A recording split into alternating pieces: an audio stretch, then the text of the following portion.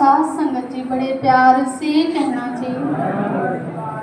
साथ संगत जी कहते हैं कि गुरु दर्शन दा फल है वड्डा, मन नो पाक बनाता है। साथ संगत जी, जैसे ही हम गुरु का दर्शन करते हैं ये मन पाक और साफ बन जाता है।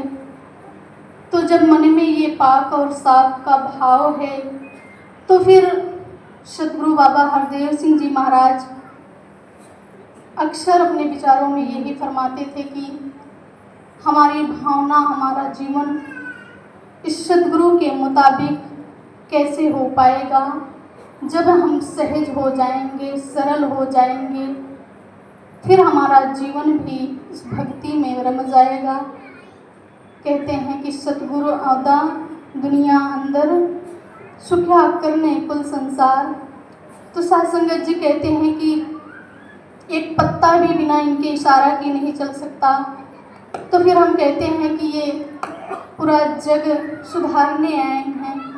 उनका मकसद है कि सिर्फ और सिर्फ हमारा जीवन, हमारे कर्तव्य पावन और पाक हो पाएँ, ये उनका उद्देश्य होता है।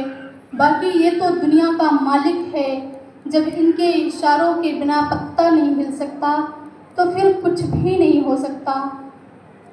साथ संगत जी, वो चाहे जितना हमें बताएं, फिर बात वही आती है कि विवेक शौक जी अपने विचारों में यही फरमा रहे थे, बता रहे थे हम सबको कि हम देखते हैं कि सद्गुरु ये जो हमको ज्ञान दिए हैं, ब्रह्म ज्ञान दिए हैं, ये हमारी ताकत है।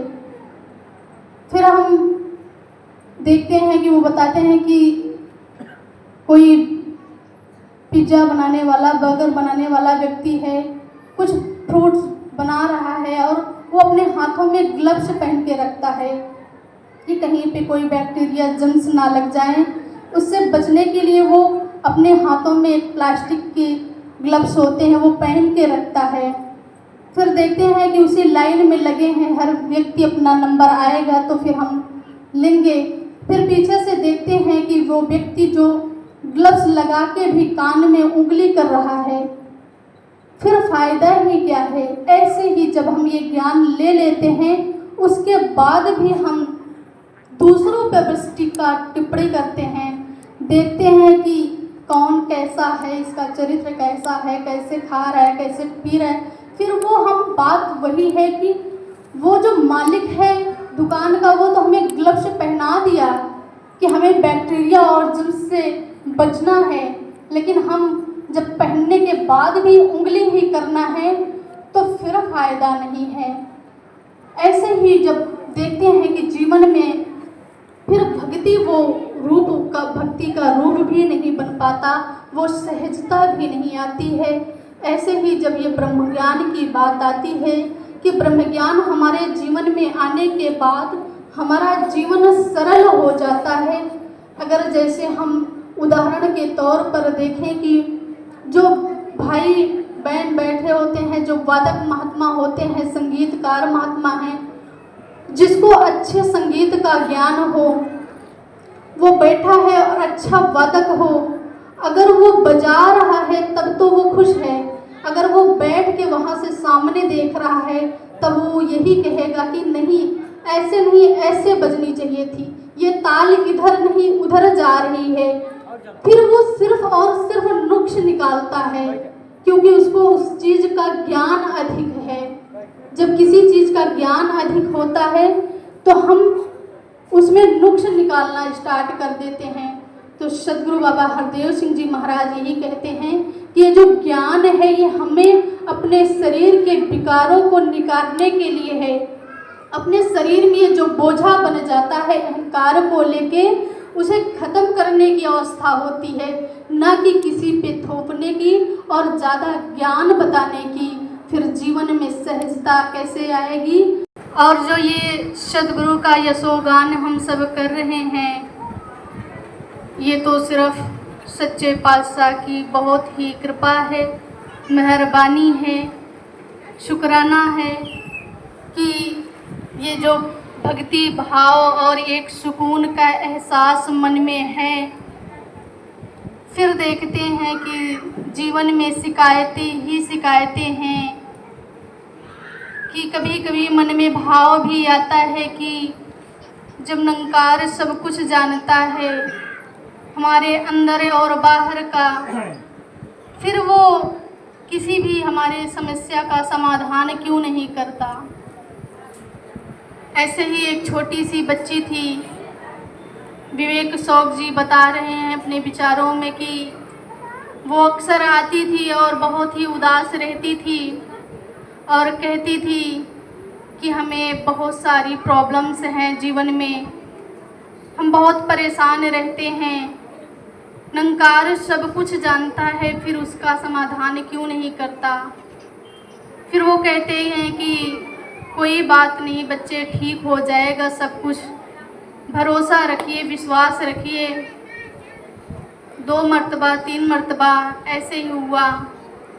फिर एक बार वो बच्ची आती है और अचानक से उसकी आंखों में आंसू और रोने लग जाती है। फिर वो कहते हैं कि बात क्या है। फिर वो कहती है कि आज दासी एक टीवी में एक सीरियल देख रही थी, एक भेड़ का बच्चा है, वो कटीली झाड़ियों में जो कटीले तार होते हैं उसी में फंस गया है और वो तेज़ी से चिल्ला रहा है।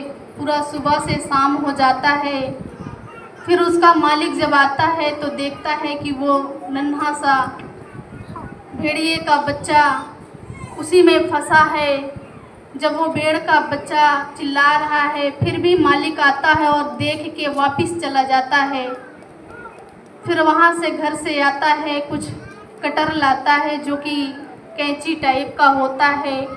वो धीरे धीरे उस तार को काटता है और काटते काटते तकरीबन 1-1.5 घंटे निकल जाता है। फिर उस बच्चे को आराम से सेफली वो बाहर निकालता है।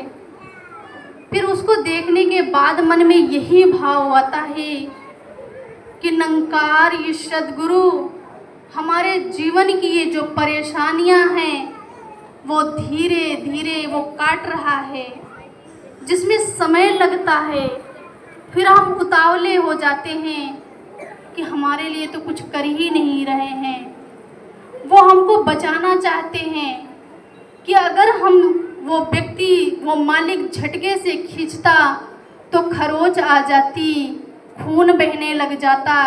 ऐसे ही हमारा सद्गुरु हमारा निरंकार हमको सेफली कटर से काट रहा होता है उन परेशानियों को, और हम सोचते हैं कितनी जल्दी हमारी समस्या का समाधान हो। बस यही सोचना है कि कहीं न कहीं वो हमारी समस्या का समाधान कर रहे हैं और वो धीरे धीरे करते हैं और सेफली हमें बचा लेते हैं, क्योंकि हम भगत हैं इनके, हम सच्चे गुरसिख हैं। जब मन में भक्ति समर्पण भाव से होती है फिर वैसे ही हमें बचाते हैं। फिर बात वही कि जहाँ में इस हकीकत को कोई झुठला नहीं सकता, जहाँ में इस हकीकत को कोई झुठला नहीं सकता, खुदा जिस फूल का हाफिज हो वो कभी मुरझा नहीं सकता, वो कभी मुरझा नहीं सकता। साथ संगत जी प्यार से कहना, धन निरंकार जी।